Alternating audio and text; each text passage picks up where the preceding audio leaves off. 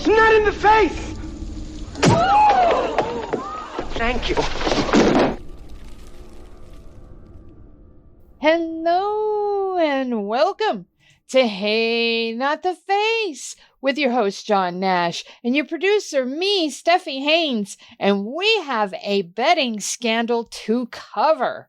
We also have some news on the MVP fight of Jake Paul versus Gervonta Davis getting canceled, and we even have some UFC antitrust case updates. If you want access to all of those things, all the content contained within, you must become a paid subscriber because some of this will be behind a paywall. And it helps us. It helps you get the content and it helps us keep the lights on. So, John, how the heck are you? Are you stunned with yet another betting scandal? Well, I didn't stun. No, I'm not. I mean, I'm not surprised at all, considering the sport we cover. But I guess I'm somewhat surprised at how much it's blowing up, more than anything. So, but besides that, it's the same old here in combat sports. You know, I was looking for mainstream coverage, of which I didn't find any, but I did find that Variety was covering a story about the White House card and talking about how foreign dignitaries would be in attendance and things like that, but not a peep from any mainstream media about this. It seems to be contained within combat sports media almost exclusively. Front Office Sports had something, but I don't really consider them mainstream media just yet. What about you? Do you find? Did you find anything? No, that's one thing. It hasn't blown up. Well, I'll give it. It just happened, so give it a day or two to see if mainstream picks it up because they're a little slow on this. But you compare the reaction to this to what happened to the NBA. It's very noticeable. We are still very much a niche sport. But that article, I will recommend that Variety article about Ellison's and their plans because it covers so much stuff we talk about on the show. You know, their connections to the UFC, the attempts of Ellison here to become MAGA, to become a conservative right-wing type media outlet, kind of mirroring what the UFC has done. The antitrust implications as they're using their access to the White House apparently to be able to purchase Warner Brothers to get that cleared. So it's a very fascinating article that has a lot of interactions with a lot of the stuff we talk about on the show, which we talk about in the MMA or boxing related aspects of it. But this applies, as you can see, it applies to the bigger businesses that the Ellisons cover.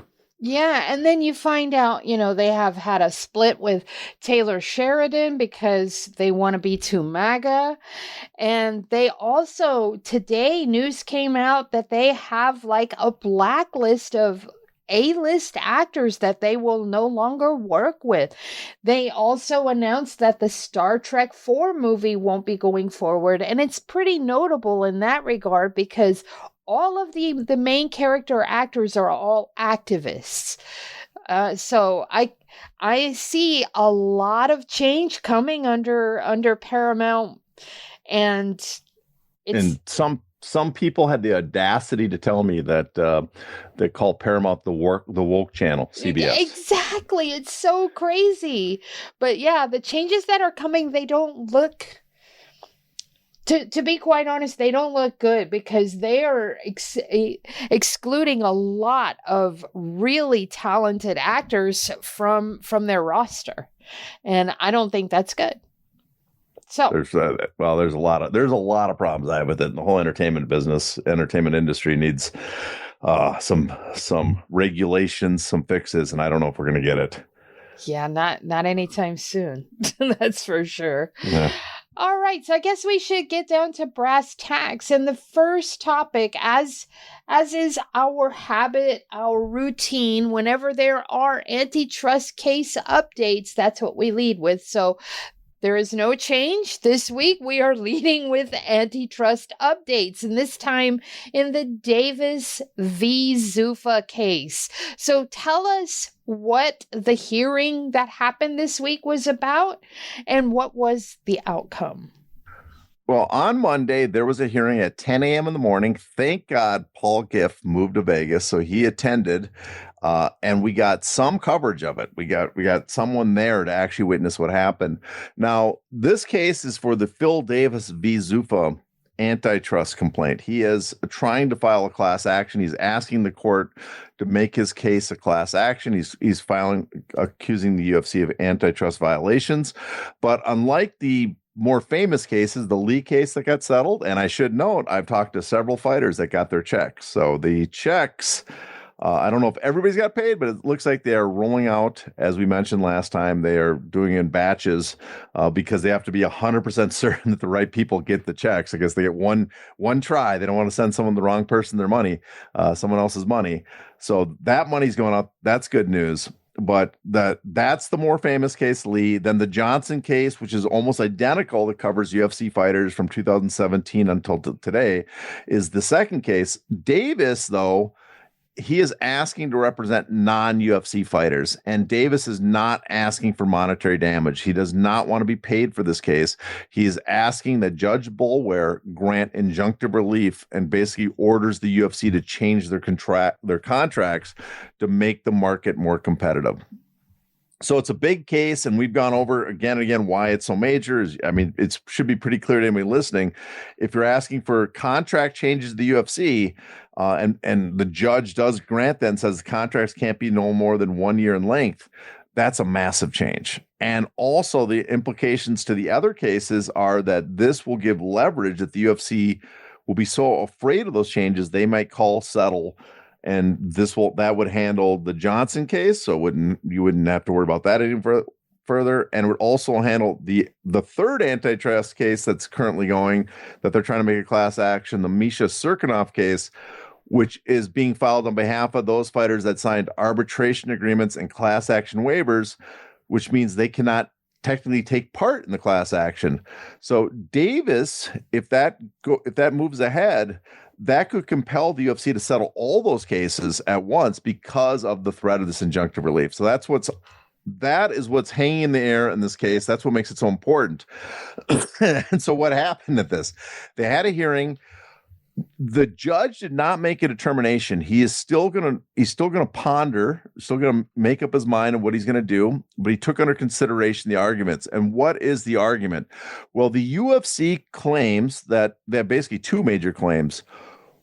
One, that Davis released his claim by accepting the Kung Lee settlement. In other words, he was part of the Kung Lee v. Zuffa lawsuit. He was a member of that class. He fought during that period. And because he got a settlement out of that lawsuit, because he got paid, he has released all future claims except for the Johnson case. So they are claiming that he can't have this lawsuit because he released his claims, because he was part of the lease settlement. And two, he doesn't have standing to sue as a former independent contractor because he's working for someone else. Basically, they're saying that doesn't grant him standing to sue the UFC on this ground. It's just a spurious reason. The connection's too weak. So that's their argument. So both sides agree that David accepted the settlement and is bound by its terms, but both of them are arguing over the interpretation of those terms. That's the big thing right now. So the Judge Boulware didn't make a decision at the end of Monday's hearing. He said he'd take a motion he's going to take the motion to dismiss under advisement. So he's going to, I guess, ponder it and come up with a decision later if he's going to grant it or not. The issue, though, is, I guess the two things is, if the judge decides that the plaintiffs, I should say the defendants, are correct, that because of the lease settlement, he cannot take part, that means that the plaintiffs are going to have to get the attorneys representing Davis will have to get a new plaintiff to be the named plaintiff for that case. Because if Davis is said he cannot take part because he waived his ability to sue, he released his claims, then he can't be a plaintiff, and no plaintiff means no case.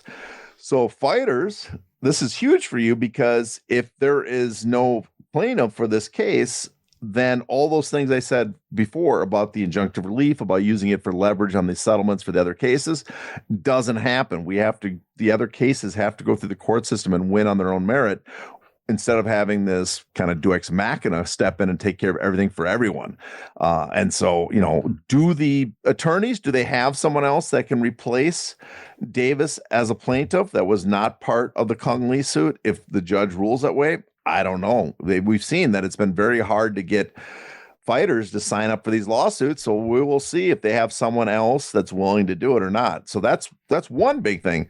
The other problem, though, is I should say the other way this could be ruled, if the judge agrees with the defendants and says Davis doesn't have any standing as a non-UFC fighter, well, that means there's potentially no lawsuit at all, because no matter who they replaced him with, the judge would not agree they have the standing to sue. So that's the bigger hurdle. That would be the bigger hurdle put in front of the attorneys, the plaintiffs, if that was the case. Now, it does sound, though, that the judge was open to the plaintiff's arguments. So that gives you some, I guess, some optimism that he is not leaning that way, because he did not instantly agree with the defendants on that he seemed open to the plaintiff's argument about the antitrust natures of this case, about the UFC abusing its market power on other promotions and how that's impacting fighters outside the UFC. So all that happened Monday. We will wait and see if the judge grants this motion or not. If he grants the motion to dismiss, we'll see which avenue he chooses, which could impact filing a new complaint. If he does not grant the motion to dismiss, then Davis moves on as is, and that's massive news on his own. But we'll wait to see what the judge says. Now, the UFC has had a major scandal happen this week, and that was from a fight that stemmed from UFC Vegas 110. The fighter's name was Isaac Dulgarian, or Itzhak Dulgarian. And fight fixing has been the operative phrase here. Specifically that his team, and it's a notable team, James Krause's team, knew that he was injured, and all this money came into all of the books, basically, that had him as the heavy favorite. All this money came in like an hour before the fights, and it came in on his opponent. And it threw the line so much that it made his opponent the favorite, like a considerable favorite.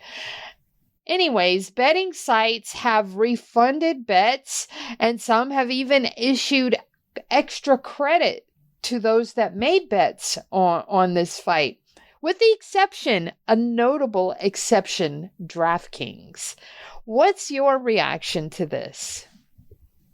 Well, what's funny is when it happened, I was surprised someone that popped up. I guess surprised that it surprised everybody else is that, oh, here's this event that looks like an obvious fixed fight.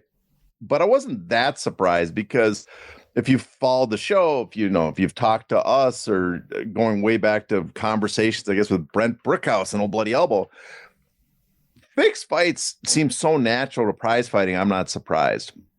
We've had it in Pride and stuff, but even in the UFC, even in, the other major promotions in the United States, it just seems so easy to do. Not that all the fights are fixed. I think that's the one we should make clear.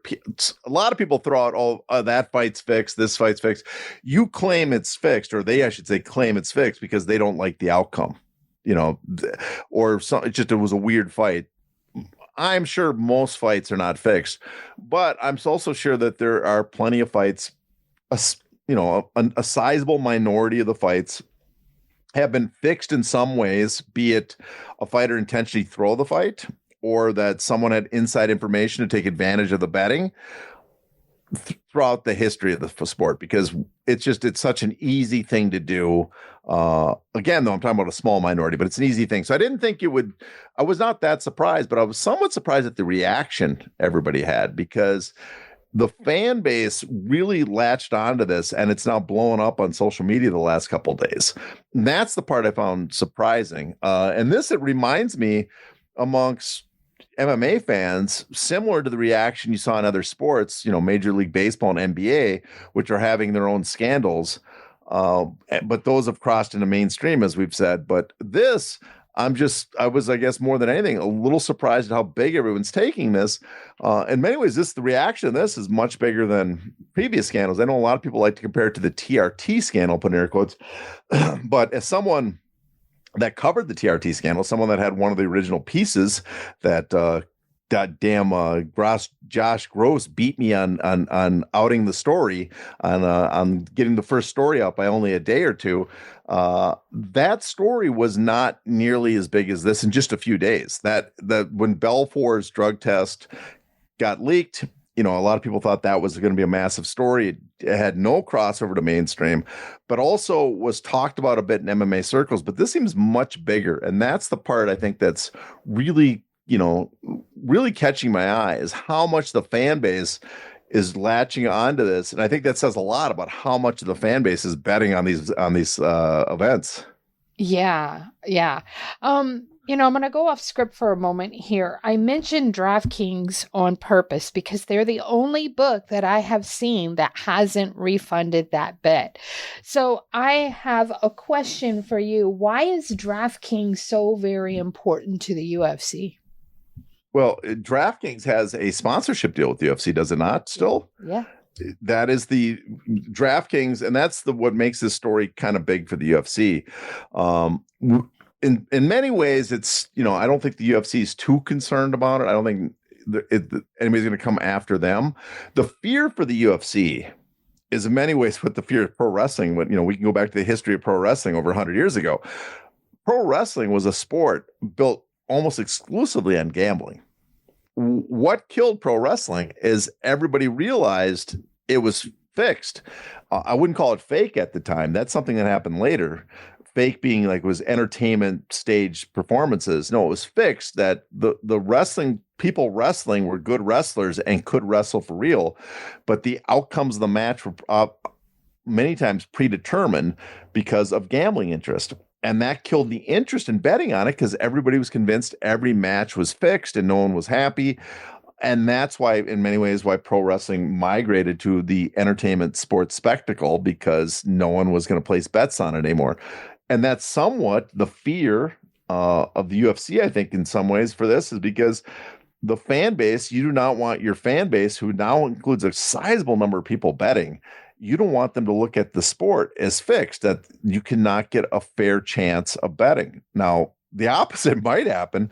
So many people are gambling. Maybe everybody thinks, I love that half the fights are fixed, let's say in MMA, because maybe I can find out which ones are fixed. And I'll get an advantage, and that'll make me more interested in betting. There's also that possibility. But I think one of their big concerns is that the fan base will tune out a sizable portion because somebody bet, because it'll be looked as fixed. The other concern is these sports betting sites that are paying them large amounts of money. Was it FanDuel, like 10 million plus a year, like an 8-figure deal? Mm-hmm. I'm sure it might be multiples that. I think a large portion of it too is additional money on the marketing for the UFC. So that's a massive deal for the UFC per year that they get every year as part of their sponsorship.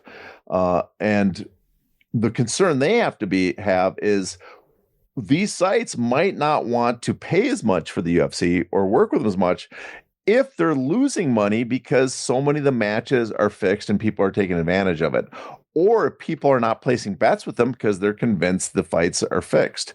So that's the other concern they have. Now, the amount of money like the NBA and Major League Baseball make, and that's one thing I'll bring up too. People like to compare this. This is not like the NBA and Major League Baseball, where we have some matches being fixed per se, we'll say. But in Major League Baseball, Ortiz, a pitcher from Cleveland, was busted for engaging, and he would throw it. I think his first pitch for numerous events was thrown in the ground. He threw an intentional ball his first pitch so that people could win on prop bets. Rozier in the NBA got nailed as well for taking himself out early in a game And so his stat line would stay low so people could win prop bets. So in the other sports, the players seem to be engaging in actions that impact prop bets. So those sports have something of an easy solution is ban prop bets because the players make so much money. And this is the part I think you can say why MMA is different is because athletes in combat sports, boxing included, don't make nearly as much money, but the players make so much in the Major League Baseball and NBA that they aren't risking actions that hurt their stats for the season or get them blamed for losing a game because that would impact their multi-million-dollar salaries. That's not what they're doing. They're engaging in these prop bets. So for those sports, they could probably say we no longer want to be involved in prop bets involving ours with these sports betting sites involving our teams, and they'd still probably get tons of action. So they could accomplish that. Or the players make so much money that they would willing to have draconian rules about the punishment for players that break the rule, and the players would agree to it. That's the difference here, though. Prop bets multiply the value of these bets. And so you could bet a fighter to win, which, maybe will double your money. But if you bet for him to be submitted in the first round, you could triple, quadruple, multiply it more on a single bet.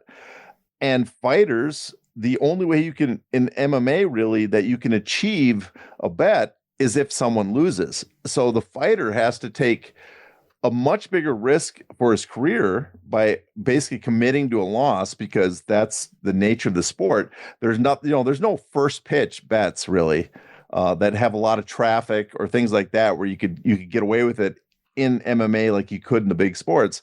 So the fighters are going to end up losing, and the fighters are going to probably do that are the ones that are not making much money. And so that's the big risk for the UFC right now.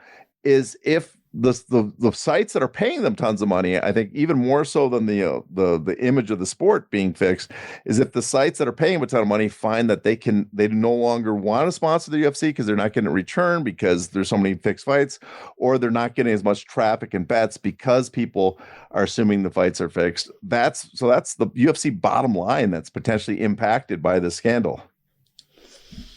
Now, reports have emerged that the FBI is looking into the matter, and it's since been confirmed with a Dana White interview.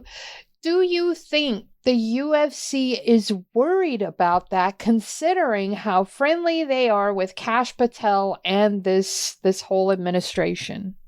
Yeah, I don't think the UFC is worried per se of like the investigation is going to come on them, right? They're going to start looking into the UFC. Maybe they're eventually, maybe they'll find someone in the UFC was involved in something, but the UFC as an organization, I don't think they're concerned. In fact, they're probably welcoming the FBI investigation because one is they're friendly with the administration. I don't think they're concerned about what the FBI finds, but two, this is a way for them to sick the government on people that are messing with their money, their cash cow. They're going to sick the FBI can look in and basically bring the hammer down on people that are jeopardizing the vast amount of money they're getting from these gambling sites.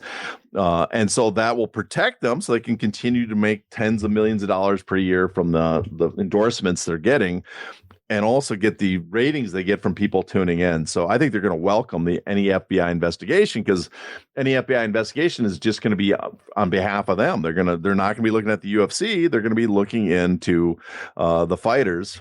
And I guess the one concern they have maybe is that they find that it's much bigger, much vaster, much more vast, I should say, than they thought possible, which could look bad because then you have the back to the problem we said before, that people start thinking that the betting, all the matches are fixed, and they do not want that.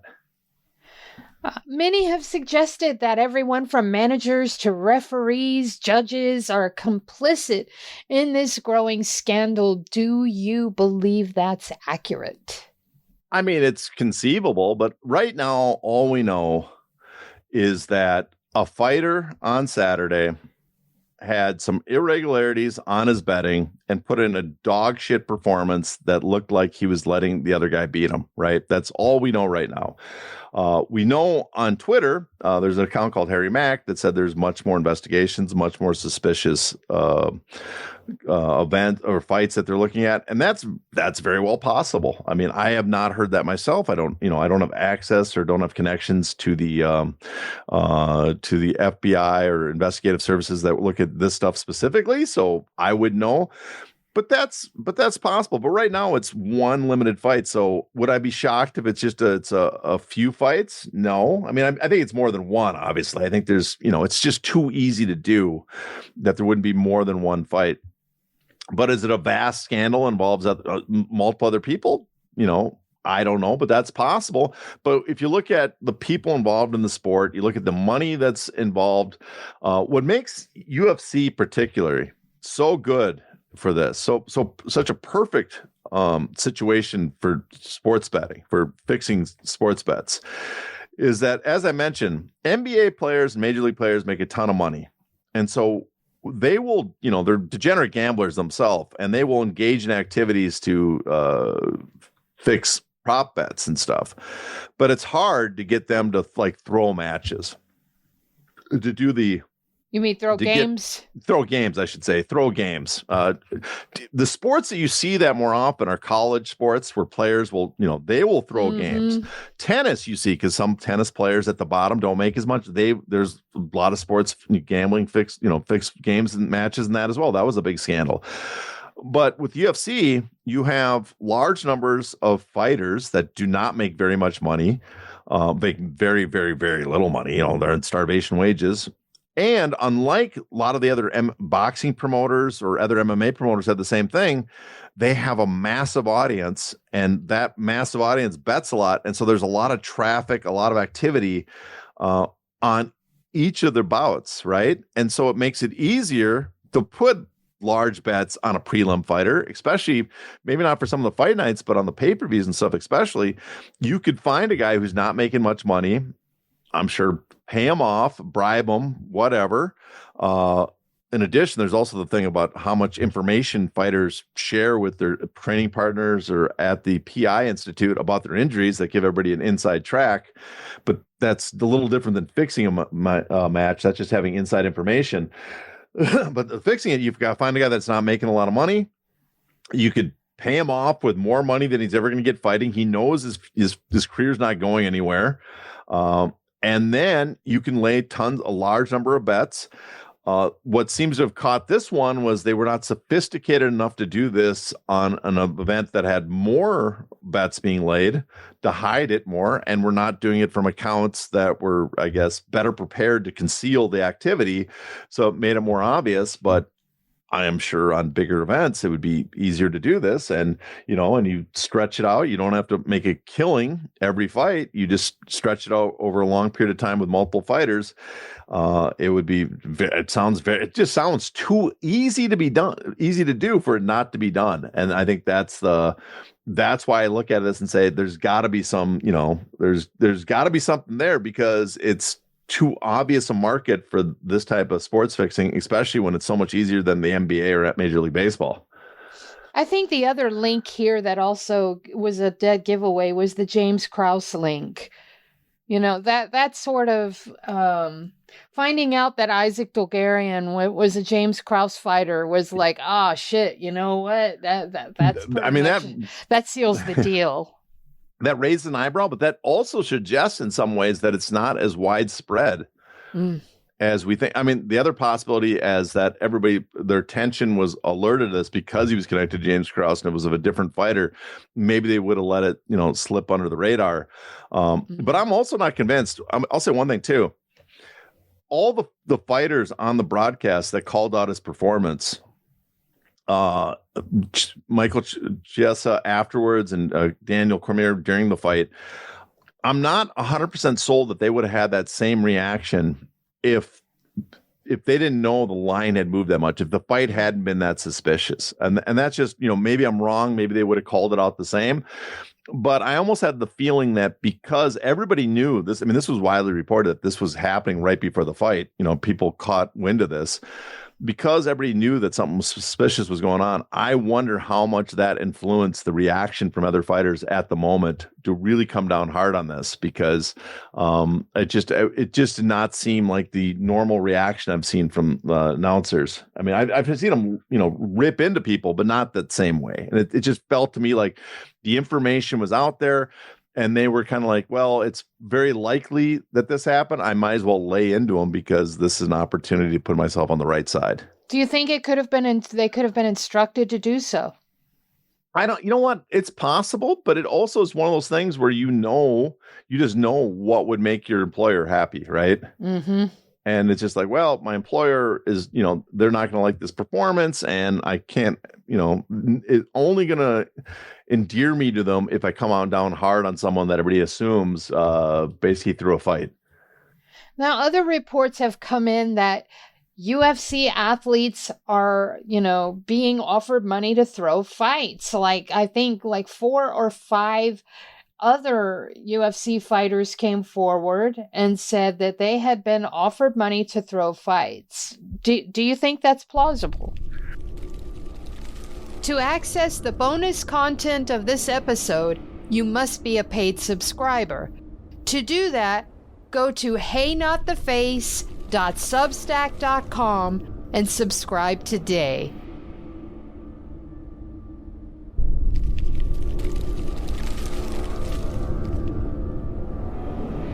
Ow! Ow! Not the face! Ooh! Ooh! Okay, the face!